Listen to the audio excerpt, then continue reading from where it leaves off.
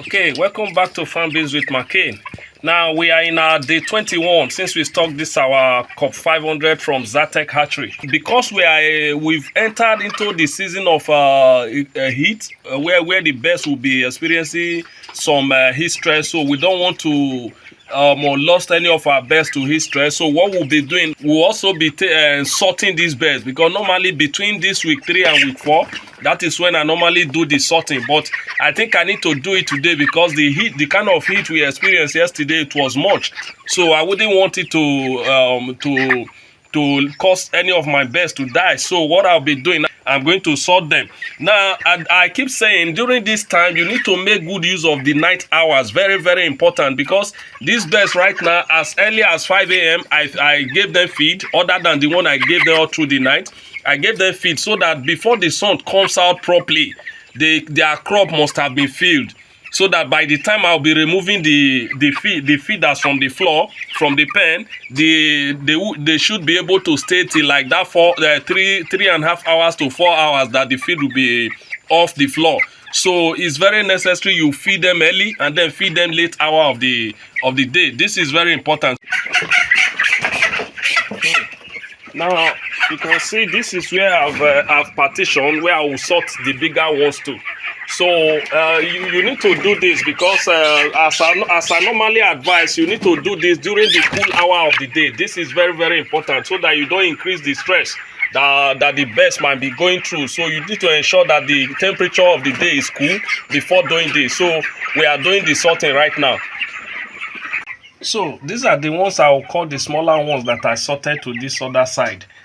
This is where they've all been. So I sorted the bigger one out of this place, then moved them to the other side. So out of the 203, we sorted about 120 to the other side.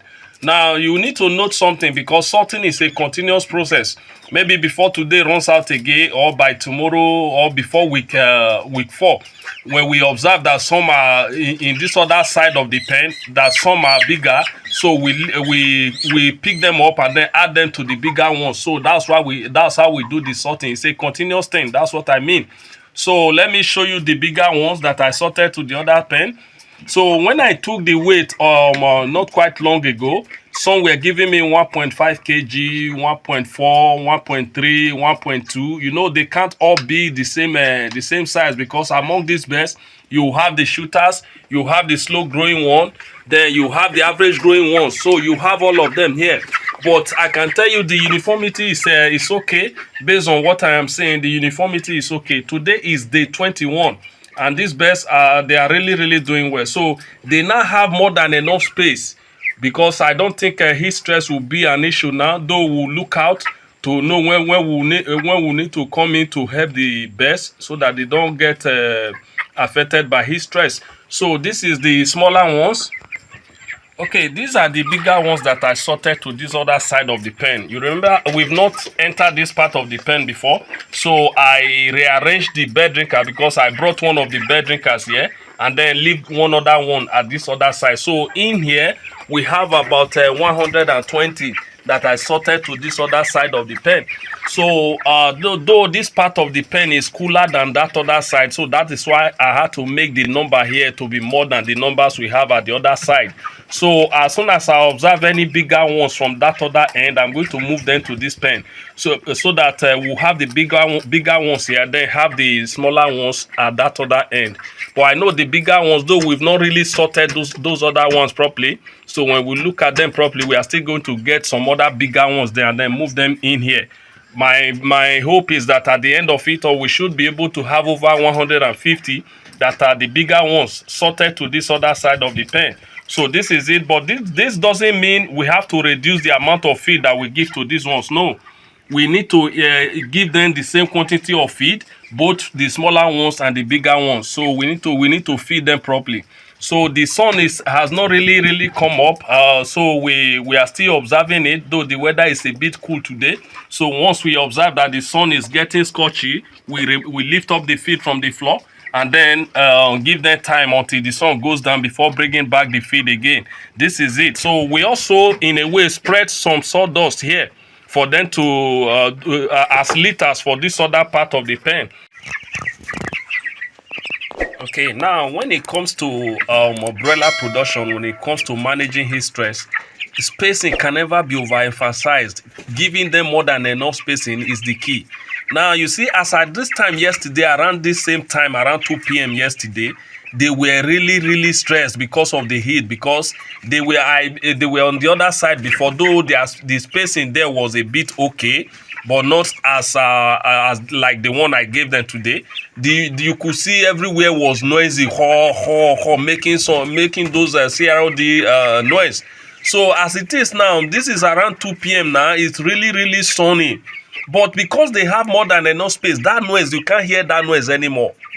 You understand? So the noise is not there. So when it comes to broiler production, normally your pen can actually take like 100 bed, for instance, when it comes to this hot season, reduce your stocking density. This is very important. Reduce your stocking density, because if you overcrowd them, if you stock too much in your pen, the mortality is going to be very high. Because as at today now, the mortality we've had is the one we had as at day 4, day 5, only one.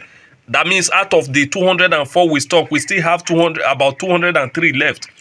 So that's to tell you. So to really manage the heat stress properly, spacing, you can never do without spacing. Very important.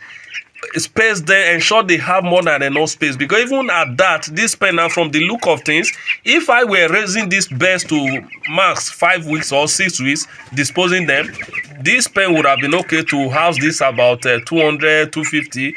But because I'm going to 8 weeks, and that means I'm going to like, okay, but maybe when they grow to like maybe 5-6 weeks, I'm going to like move some away from this pen, maybe to some other places, so that they can survive the heat stress. This is very important. Now the sun is a bit scorchy right now, so these are the bigger ones.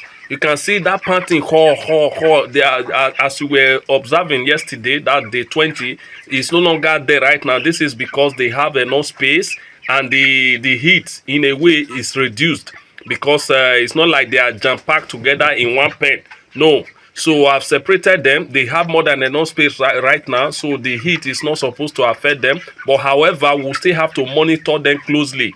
So that once it's time for us to remove the feed, we remove it. Once it's time to flush the nipple line, we flush it. Once it's time to wash the bed drinker so that fresh water can come in, we do it. So that's what we do on a daily basis. So the next thing I'm to do now is to flush this line, because I've not done that since morning. I'm going to flush it now, then wash the bed drinker so that they will have cool drinking water.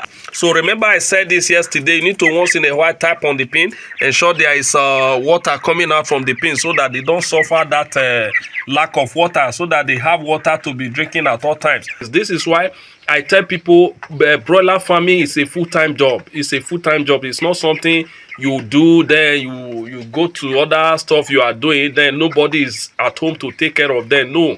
Because when things go wrong, there has to be somebody around to quickly correct it. Otherwise, before you come, you miss some dead as a result of heat stress, as a result of heat stroke. So this is what we do. Somebody must be around, especially as from these 3 weeks. As from these 3 weeks upwards, somebody has to be around looking after them. This is very important. So you have to note one thing. Each time you replace your beddings, that is the litter materials, you see that the chicken, they will be baiting on the sawdust or the wood chip seriously, to the extent that they will be spraying some sawdust in the feeder. So what I do in that case, I lift it up a little, so that to the extent that they will still be able to eat from it. But after a while, maybe the next day, you see that the baiting is a bit reduced. So I cannot bring the feeder down a bit. Though that first level I raise it to, they are still able to eat from it, but they won't be able to eat from it while sitting down. So by the next day, when the baiting is a bit reduced, so I bring it down a little, so that they'll be able to eat while sitting down from the feeder. So this is it. Thank you so very much. Again, if you find this video helpful, kindly do well to hit the subscribe button. turn on the notification icon, like and comment in the comment section below, as this will do a whole lot for us in helping us to grow our channel and reach a larger audience. Thank you so very much. I appreciate it. Thank you.